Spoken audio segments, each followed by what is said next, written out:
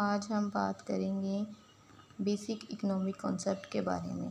ठीक है, basic economic concept जो हैं वो तीन हैं। एक है एंड्स, स्कार्स और अल्टरनेटिव।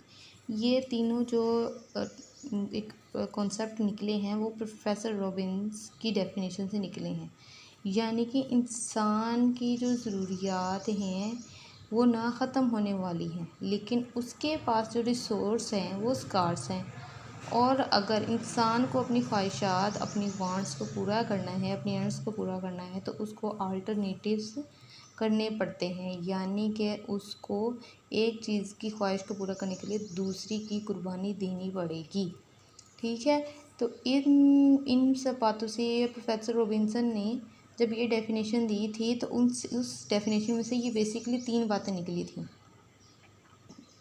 जी। ये देखें, यानी कि उन्होंने जब economics is a science that studies human behaviour as a relationship between ends and scarce means which have alternative uses. इसने प्रोफेसर रॉबिन्सन ने इसको इकोनॉमिक साइंस बनाने के लिए उसने रिलेशनशिप बनाया था एंड्स और स्कार्स मीन्स का, और उसने बोला था उनके अल्टरनेटिव यूज़ भी हो सकते हैं। अल्टरनेटिव यूज़ ये हैं कि अगर आपके पास पेंसिल है और आपके पास मार्कर है, या तो आप पेंसिल का यूज़ कर सकते हैं या तो आप मार्कर का यूज़ कर सकते हैं। ठीक है, यानी कि आपके पास चॉइस दे दी है कि आप किसको चूज़ करेंगे। फिर उन्होंने इसके फंडामेंटल्स जो है ना, मीनिंग्स, 3 फंडामेंटल्स बताए थे। Ends refers to unlimited human wants from our own experience we want many things in life and if one want has been satisfied it would create another need। यानी कि अगर इंसान की एक ख्वाहिश पूरी होती तो साथ ही में उसकी दूसरी ख्वाहिश भी आ जाती है। उसके बाद देखें स्कार्स है। स्कार्स यानी कि कामयाबी जो है refers to the wants which are unlimited although the means to satisfy these wants are limited. In other words, there are limited resources. Almost all things that men desire और want are scarce। ठीक है, हर चीज़ जो है वो इंसान पाना चाहता है लेकिन उसके पास रिसोर्स कम है। उसके बाद आ जाता है स्कार्सिटी, यानी कि ये जो बहुत ही इम्पोर्टेंट टॉपिक है इकोनॉमिक्स का वो ये है scarcity. Scarcity can be explained as wants are always exceeding limited resource to satisfy them। यानी कि जो इंसान की जो वांट्स हैं, ज़रूरियात हैं, ख्वाहिशात हैं, वो हमेशा जो हैं वो उसके रिसोर्सेज से बढ़ जाती हैं। ठीक है, और जो स्कार्सिटी है वो एक यूनिवर्सल प्रॉब्लम है जिसको अमीर और गरीब दोनों को फेस करना पड़ता है, रिच और पुअर नेशंस को भी फेस करना पड़ता है। ठीक है, उसके बाद जो हैं आप ये देखें कि factors of production are the basic resource used in production process in order to produce economic goods and services. ठीक है, इसी तरह फैक्टर ऑफ प्रोडक्शन में भी स्कार्सिटी आपको देखनी पड़ती है। Economist has defined the factor of production into 4 groups. अब उन्होंने फैक्टर ऑफ प्रोडक्शन जो है उसको 3 ग्रुप्स में डिफाइन किया है, लैंड, लेबर, कैपिटल और एंटरप्रेन्योर। ठीक है, यानी कि लैंड में क्या आ जाता है, सारे रिसोर्स आ जाते हैं, नेचुरल रिसोर्स आ जाते हैं, air, water, forest and other. Labour आ जाती है जिसमें लोग शामिल होते हैं, वो अपनी सर्विसेज खिदमात मुहैया करते हैं। ठीक है, किसी चीज़ को बनाने में, प्रोसेस में, और फॉर एग्ज़ाम्पल जिसमें इंसान की मेंटल और फिज़िकल एफर्ट भी शामिल होती है। यानी कि मज़दूर वगैरह हो गए, वो घर बनाते हैं, फैक्ट्रीज बनाते हैं, सड़कें, और इसी तरह और कोई काम जो करते हैं। और जो मेंटल काम होता है जैसे लेक्चरर हो गया, ठीक है, टीचिंग हो गया, डॉक्टर हो गया, इन्होंने आपका अपने दिमाग से जो उन्होंने पढ़ा होता है उस हिसाब से उन्हें लोगों का इलाज करना था।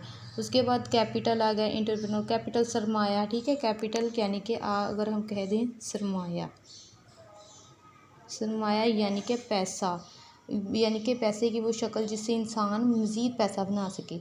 Human made resource which are use in production process to produce other goods and services. ठीक है, examples are machinery, raw material, building tools and others.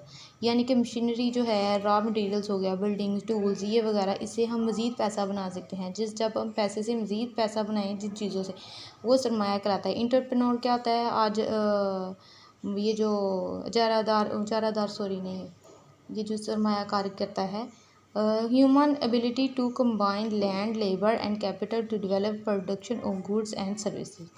ठीक है, उसके बाद यानी कि जो एंटरप्रेन्योर वो इंसान होता है जो कि लैंड, लेबर और कैपिटल को यूज़ करके चीज़ों को बनाता है, खिदमात को बनाता है।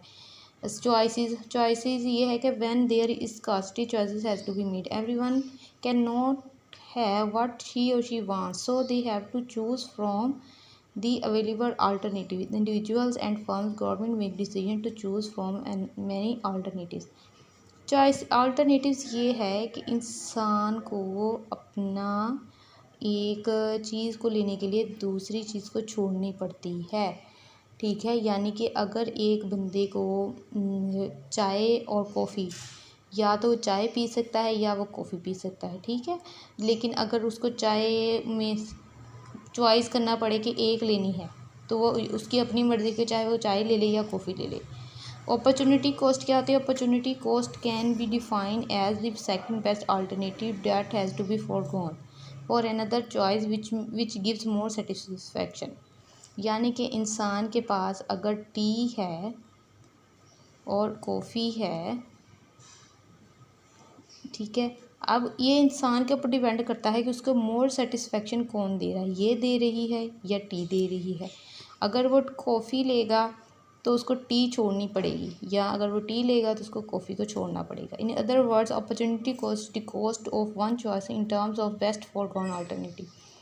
यानी कि बेस्ट फॉरगॉन अल्टरनेटिव, अगर वो कॉफ़ी लेगा तब भी उसको उतनी खुशी हो, वो टी ले तब भी उसकी खुशी हो, लेकिन उसको चॉइस करनी पड़ेगी, एक लेना पड़ेगा उसको, ठीक है।